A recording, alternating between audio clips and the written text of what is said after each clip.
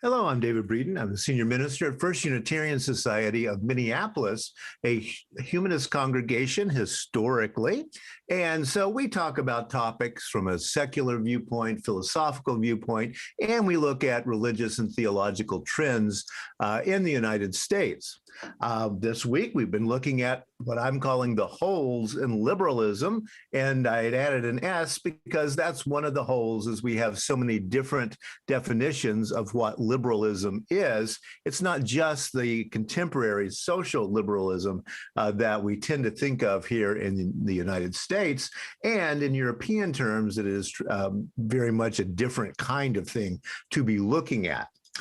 Today, I wanted to think a little bit about the way our political system works with religion, a little bit here. The idea here is that what percent of each political party is Christian, et cetera. This is a Pew Research term, and it says that among conservatives, 85% of conservatives in the U.S. consider themselves Christian. Of that, 38% are evangelical Protestant. That would be 38% of all conservatives. Do notice that we have then the mainline Protestants at about 15% of conservatives, historically Black Protestants about 6%, and Catholics at 21%, and that is going down as time goes on, as the Roman Catholic Church itself bifurcates into two very different political stances. This comes from Religion Dispatches. I've mentioned this before. It is a daily email that looks at religion in the United States. This particular article from Monday says, have white evangelicals finally lost control of the narrative? This is by one of the writers for Religion Dispatches, Chrissy Stroop. And she talks, for example, about a whole host of hashtags that are going on in social media now of people who are leaving evangelicalism. So ex-evangelical, empty the pews, church two, right? Deconstruction, decolonize. Leave loud. Don't just leave loud and say why you're leaving white evangelicalism behind. She has this to say in that particular article that I think is interesting. Evangelicals understand the power of narrative, which is why they're so concerned with controlling the stories the public hears, not only about themselves, but also about those of us who leave evangelicalism and tell the truth about how it has harmed us, criticizing evangelical theology, as well as the racism, misogyny, anti-LGBTQ animus, and culture warring politics that theology bolsters. As evangelicals' own story of engaging politically out of serious concerns about morality and sincerely held religious beliefs has lost influence with the public because of the transparent hypocrisy they displayed through the Trump years, space has opened up for a shift in the national discussion that includes a sympathetic hearing for ex-evangelical stories and perspectives, shifting the national conversation as elite evangelicals and right-wing political strategies are well aware, lays the groundwork for shifts in politics and policy.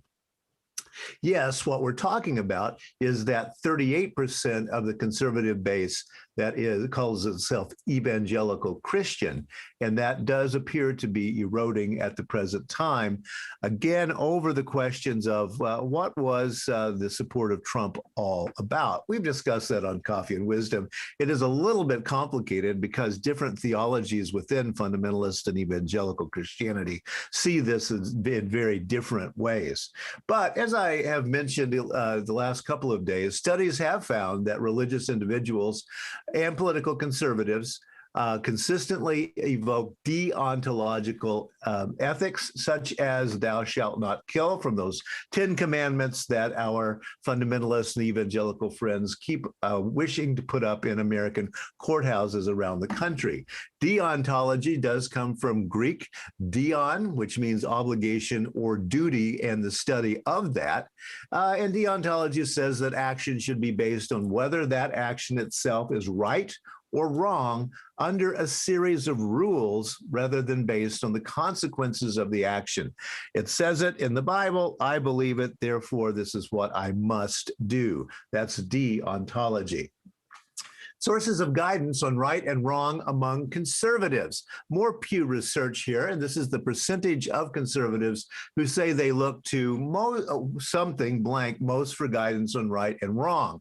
50% of American conservatives, that is self-identified conservatives, say that they look to religion for ideas of right and wrong. Only 6% to philosophy, and 37%, a bit over a third, to common sense, what they are calling it. Something else we've discussed quite a bit on Coffee and Wisdom.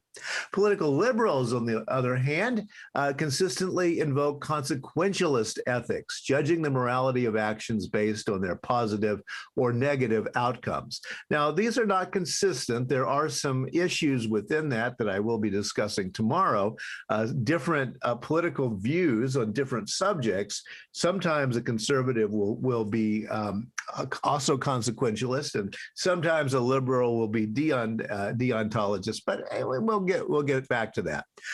Here's the religious composition of liberals.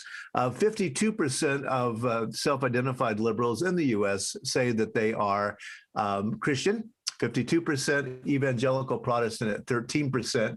Notice that 12% of mainline Protestants are in the liberal camp. So mainline Protestants more or less balance at the moment what those percentages are. Within the country. Notice that Roman Catholics are a little less within the political camp, but not all that much. And something that we've talked about quite a bit here on Coffee and Wisdom is this unaffiliated or religious nuns, which are now over 1/3 of the self-identified liberals in the United States, and a number that is rising with time. Now, interestingly enough, and this is part of what media does, Pew has done a lot of research on what the evangelical Christians and the conservatives think, not so much on liberals, but we can find a little bit of the information here from this look. Religious tradition among conservatives by sources of guidance on right and wrong from 2014. And you notice the dark brown over here on the right is the nuns. So only 4% of nuns in the year of 2014 said they looked to religion for guidance. 21% look to reason or philosophy for that.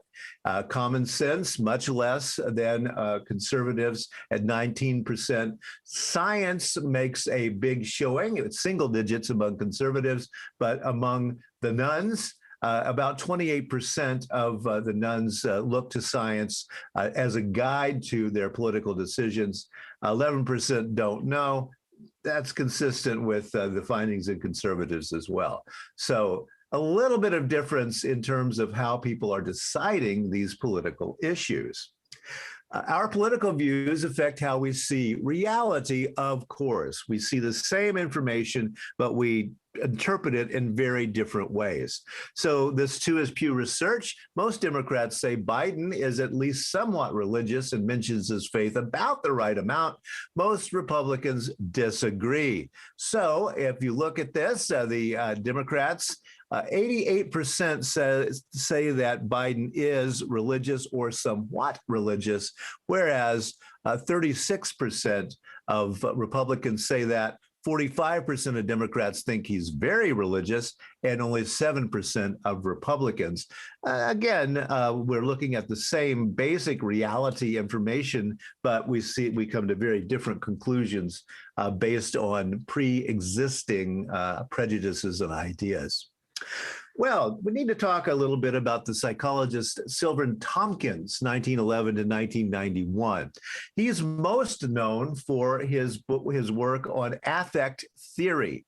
That is, he is the guy who came up with the idea that all over the world, human beings have a similar affect. We can, through the diagram such as you see here, tell all over the world, whatever culture, what someone is thinking, what a face is thinking by looking at the affect.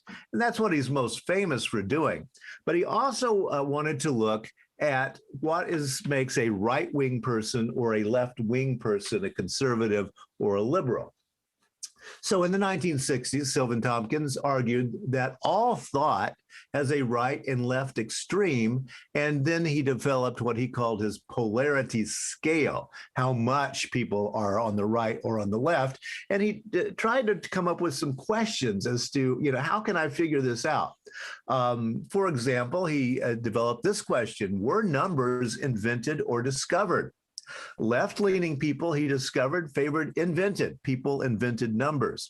Right-leaning people preferred discovered. In other words, the reality of numbers already was there, deontological, and people just discovered how to use them. Whereas left-leaning people think that it's consequentialist. We made up mathematics. We invented it. And so you see, even in questions that tend to be non-political, Tompkins was arguing that actually you can see politics in them. According to Tompkins, the best question to ask to discover political leaning is, are people mostly good or bad? Classic question, are people mostly good or bad? And this, from his various studies, he did draw some conclusions. He said the right-leaning people are rule-oriented and see rules as external to themselves and other people. That's deontology. They dislike rule breaking more than oppressive authority and favor individualism and hierarchy. We know this in American politics from the questions of discussions about the rule of law, lawlessness in the streets, and these kinds of hot button issues in American politics. According to Tompkins, then, is it good or is it bad? Are people good or bad? Left-leaning people then are oriented toward human needs and pleasures, not rules, and think that people create the rules. Again, that would be consequentialism based on old utilitarian thinking from the 18th and 19th centuries. Attracted to new experiences and positive feelings, he thinks, are left-leaning people. They are for equality, not hierarchy, tend to focus on groups. And they are also allies of the underdogs. So they are looking at race, ethnicity, sexual orientation, religious preference, etc. And where are the minorities? Where are the underdogs? And we are for them, say left-leaning people. This is based on quite a bit of research. Although I mentioned yesterday, one of the problems that we have discovered with Tompkins' research is that he was doing it only basically on his college students who were privileged from the beginning. So we have to take some of this with a bit of a grain of salt. However, Tompkins' 1960s research does lead up to the work of George Lakoff, alive today, who has been working on ideas that the strict father morality is a source of conservatism versus the nurturing parent as the source of liberal leanings. George Lakoff is very well known in liberal circles. Several books. Metaphors We Live By was his first book, and in which he argued that the kinds of metaphors we use kind of lead to the kind of conclusions that we're going to draw from that.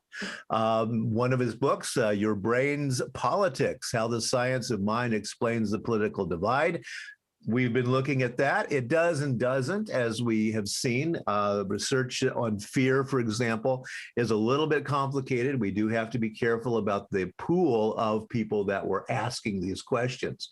Moral Politics, What Conservatives Know That Liberals Don't, by Lakoff, etc. And this is really his field of research, and there's quite a bit going on within that, trying to talk about how liberals can change the way they use language in order to appeal to that vast middle range in American politics. Well, that's what I wanted to look at today. Tomorrow, we want to wrap up ideas about what theology and politics, right and left, et cetera, means in the United States.